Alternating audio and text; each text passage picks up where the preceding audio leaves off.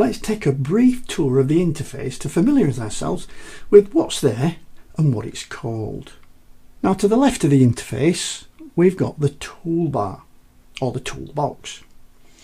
Now we can remove this, it's now docked to that left hand side, but if I go up in this little dark area at the top, I can click and drag and I can bring the toolbox out and I can redock it to whichever side I want. If I wanted, I could go and I could redock it on this side if I wanted. I don't find that to be particularly useful. I like it on the left hand side. Now if you like two columns of tools, then you can still visualize two columns of tools with this little double arrow head up at the top of the toolbox here. If you click on that, it brings it back to a two column toolbox. I've got used to my single column now, so I'm just going to click that to put it back to a single column. Now you can leave it free floating as it is, but I prefer it to be docked. So what I'm going to do is I'm just going to grab these two little lines here. I'm going to click and I'm going to drag it, and it's a bit like dragging it off the edge of Photoshop. You've got to get it so it goes right past the edge and then this blue line appears, and that means it's going to dock it to that edge, like magnetize it, and then when I let go it docks it in that edge in its own little area and it's fixed now, it won't move. Now the toolbox obviously contains all the tools that we're going to use. And if I hover over one, you'll see that if you just wait a sec, it'll bring up a little tool tip for you to say, well, that's the keyboard shortcut, and it tells you the name. That's the move tool. This one is the rectangular marquee tool. Now, it's hard to see sometimes, but there is a little triangle at the bottom corner here of some of the tools. And if you click in that area, it brings a flyout menu. And these are similar tools that are all gathered together, but they're all in one place, but they're hidden, they're underneath. So obviously the rectangular marquee tool is at the top, so if I want to access the elliptical marquee tool, what I've got to do is to click on that tool, go into the menu, down to elliptical marquee tool and let go, and that tool is now selected.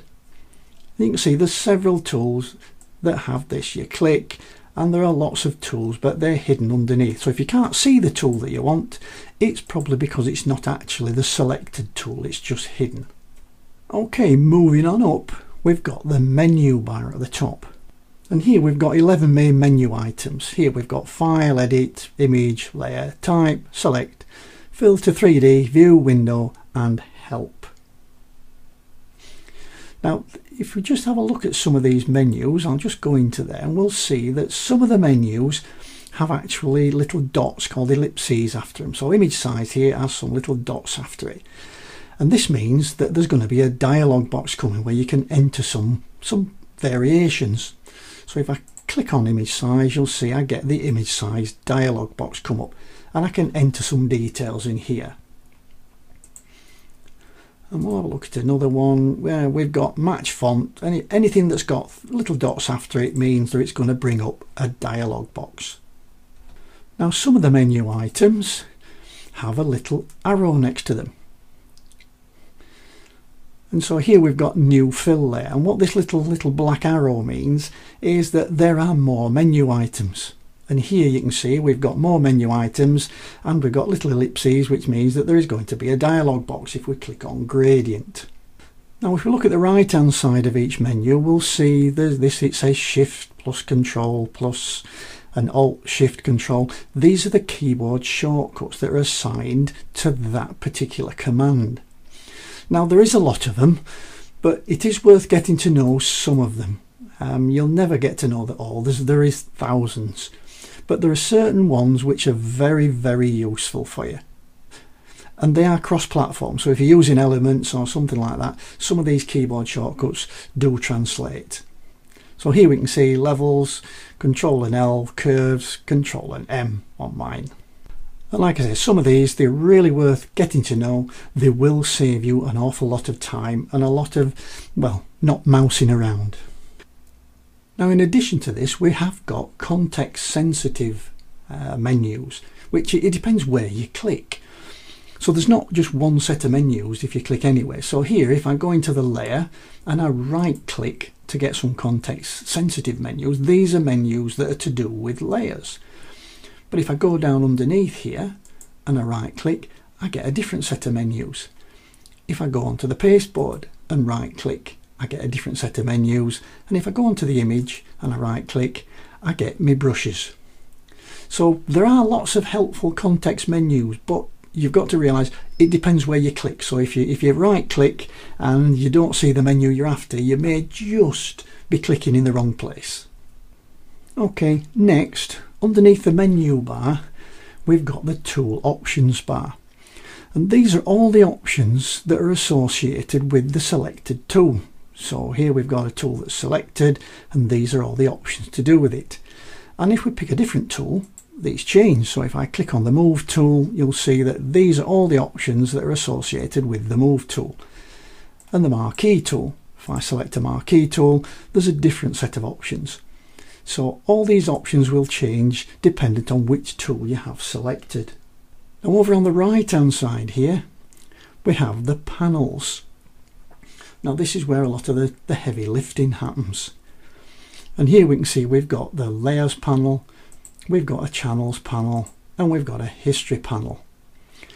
And in the layers panel, this is where all the exciting stuff happens in. With layers, we can add layers, delete layers, we can do lots of cool stuff. I'll just add a layer. And we'll see that I've duplicated that layer and it's called it layer 1. Now if I go into my history panel, you'll see that Big Brother Photoshop has been watching me. This is the stuff that I've been doing since I opened this image. I've opened the image, I've dragged some guys around, and then I've made a layer via copy. And this is good because it's like having a little time machine. You can go back in history. If you make a mistake and find you've got something wrong, you can click back in history, and now I'm back at the state that I started before I did all this. Now there are lots of other panels which we'll explore in more detail in future videos. Now down at the bottom left here, we've got what's called the status bar. And the first part of the status bar on the left is the zoom percentage. And you can click and swipe across and you can change this. Say change it to 50, press the return key and it zooms you out to 50%. If you want to zoom back into 100, you can repeat that, but there's a little shortcut. If you go into the toolbar on the zoom tool and double click, it brings you straight back to 100% every time. Immediate to the right of the zoom is a display for the document sizes. Now the number on the left displays the uncompressed size of the image.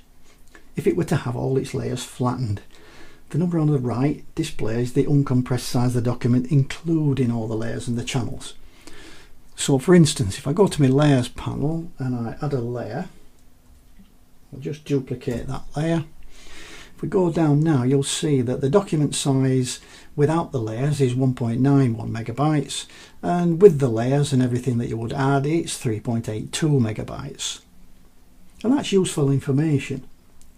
And there's also the potential for more information. This little arrow here at the end, if we click on that, you get a lot of additional information that you can display. So if you wanted, you could display the document profile, you could do the document dimensions. This is 1000 pixel by 667 pixels. My favourite really is the document size. So it lets me keep an eye on how big my actual image is getting. Now this big bit in the middle here, this is the workspace. This is where your images appear and all your work's done. Now around the outside of this workspace, we've got what's called the rulers. You can see this one here. We've got a ruler at the top and a ruler at the bottom. Now this can be hidden with a keyboard shortcut of Control and R. We'll take the rulers away and bring them back. And you can change the actual units that's used in the rulers by moving your mouse into the ruler and right click, and you can select from pixels, inches, centimeters, points, and percent. I'll leave it set for percent. Another useful feature that comes out of the rulers is the guides. Now what you can do is if I move my mouse into a ruler and left click and drag, I can drag out a guide, and this helps me to see that is totally horizontal. And I can also drag out vertical guides. And you can drag out as many as you like, so you can really start lining things up from a composition point of view. Now if you need to move these guides, if you hold the control key down and hover over the guide, you get that little double arrow, and that means you can drag it and move it. So I can actually drag these guides and reposition them, or I can move them off altogether.